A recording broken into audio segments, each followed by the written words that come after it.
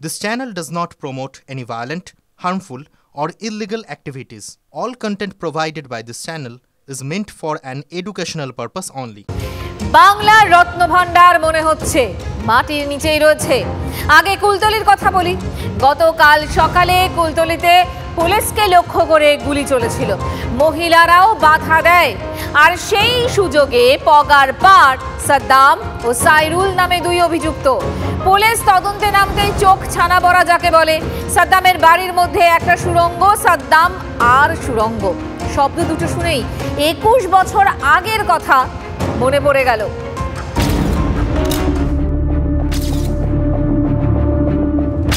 এই সেই রহস্যময় সুড়ঙ্গ, যে সুড়ঙ্গর একটা দিকে এই যে গ্রিলের দরজা দেখা যাচ্ছে, এই গ্রিলের দরজার ওপারে সাদ্দাম সর্দারের শোবার ঘর, এবং সেই ঘর থেকে সোজা এই কংক্রিটের সুড়ঙ্গ, ইট দিয়ে তৈরি করা কংক্রিটের সুড়ঙ্গ নেমে গেছে পাশের যে খাল, সেই খালে। কুলতলির কুখ্যাত সাদ্দাম সর্দারের খাটের তলায় রহস্যময় সুড়ঙ্গ, কংক্রিটের টানেলে ক্রমসমান জল, সেই জল ঠেলে এগোলে সোজা খালে। আগেভাগেই তৈরি থাকে ডিঙি, ডিঙিতে চেপে চোখের নিমেষে পগার পার। সাদ্দামের সেই রহস্য ঘেরা সুড়ঙ্গে TV9 বাংলা। সাদ্দাম সর্দার এবং তার ভাই, এই দুজনের বিরুদ্ধে প্রথম অভিযোগ আসে যে নদিয়ার এক বাসিন্দাকে নকল সোনার মূর্তি দেবে বলে 12 লক্ষ টাকা আত্মসাৎ করেছে এই দুই ভাই। এবং তারপরেই যখন পুলিশ এখানে আসে সাদ্দামের খোঁজে, তখন তারা গুলি চালিয়ে, পুলিশের দিকে গুলি চালিয়ে তারা পালিয়ে যায়। দক্ষিণ 24 পরগনার কুলতলিতে রীতিমতন সাম্রাজ্য গেড়ে বসেছে কুখ্যাত সাদ্দাম। তার খোঁজে পুলিশ দরজায় টোকা মারলে কি হবে?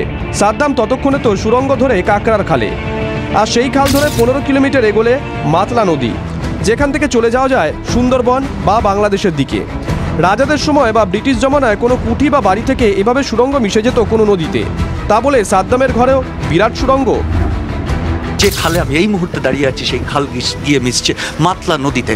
অর্থাৎ পালানোর রাস্তাটা খুব স্পষ্ট, এবং এখান থেকে গোটা দক্ষিণ 24 পরগনা জুড়ে চলা, বিশেষ করে গোচরণ, কুলতলি, এই গোটা এলাকা জুড়ে চলা একটা বড় চক্রের হদিশ মিলছে। কিন্তু কেন বাড়িতে 15 থেকে 20 ফুটের কংক্রিটের টানেল বানিয়েছিল সাদ্দাম?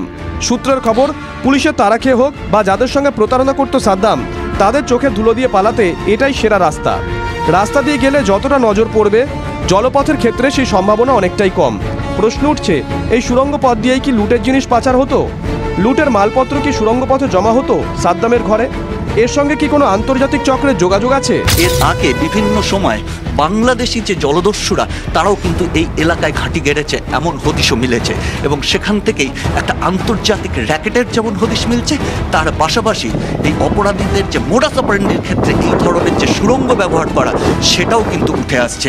কুলতলির সাদ্দাম সর্দার, নকল সোনা মূর্তি বিক্রি চক্রের পান্ডা। এখনো অধরা এই সাদ্দাম এবং তার দুই ভাই। ধরা পড়েছে শুধু বাড়ির দুই মহিলা। বিরোধীদের অভিযোগ যে তৃণমূলের মদতেই সাদ্দামের চাষবাসের আড়ালে দুষ্কর্ম চলত। আর কি কি করতো এই কুলতলির শাহজাহান?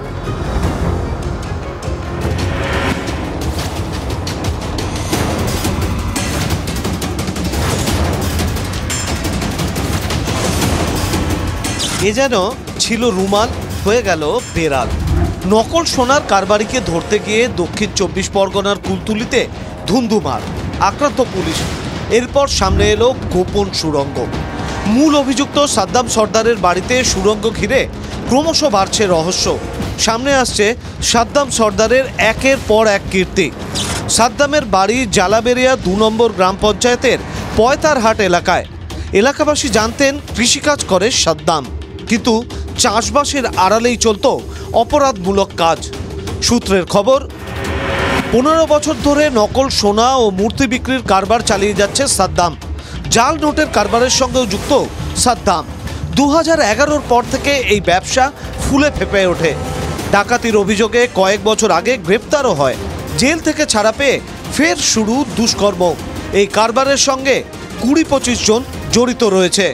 ওখানে যে সোনার মূর্তি দেখাতো, আর ওইসব টাকা পয়সা মেরে কেটে নিত। এইসব বাইরের লোক আসে, শুনেছি তারা কি করে না করে, কখন কি হয় আমরা কি সব দেখি।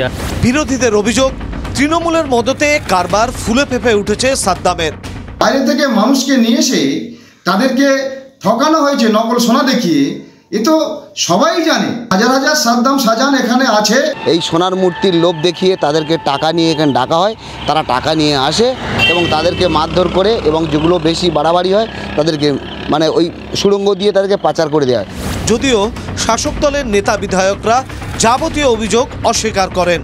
দেখুন, বিরোধীরা অনেক কথা বলবে, কিন্তু একটা কথা বলবো যে যারা আমাদের সরকারে তো পুলিশ প্রশাসন এগুলো ধরছে, এবং বিশেষ করে যারা এই সঙ্গে জড়িত আছে, আমরা আইনকে বা পুলিশ প্রশাসনকে বলেছি ফ্রি হ্যান্ডে তাদেরকে ধরে দিলাম, দৃষ্টান্ত করে শাস্তি। আমাকে কোনো ইনফরমেশন না হলে আমরা স্টেপ নেব কী করে? যা প্রশাসনিক যেভাবে স্টেপ নেবে সেটা দুষ্কৃতিক সাজা পাবে, এটা আমি চাচ্ছি। পুলিশের দাবি, মহিলাদের ঢাল হিসেবে ব্যবহার করে গোটা অপারেশন চালাতো এই গ্যাং। পয়তারহাট গ্রামে পুলিশি অভিযানের পর থেকে গোটা গ্যাংই পলাতক। Bureau report, TV9 Bangla.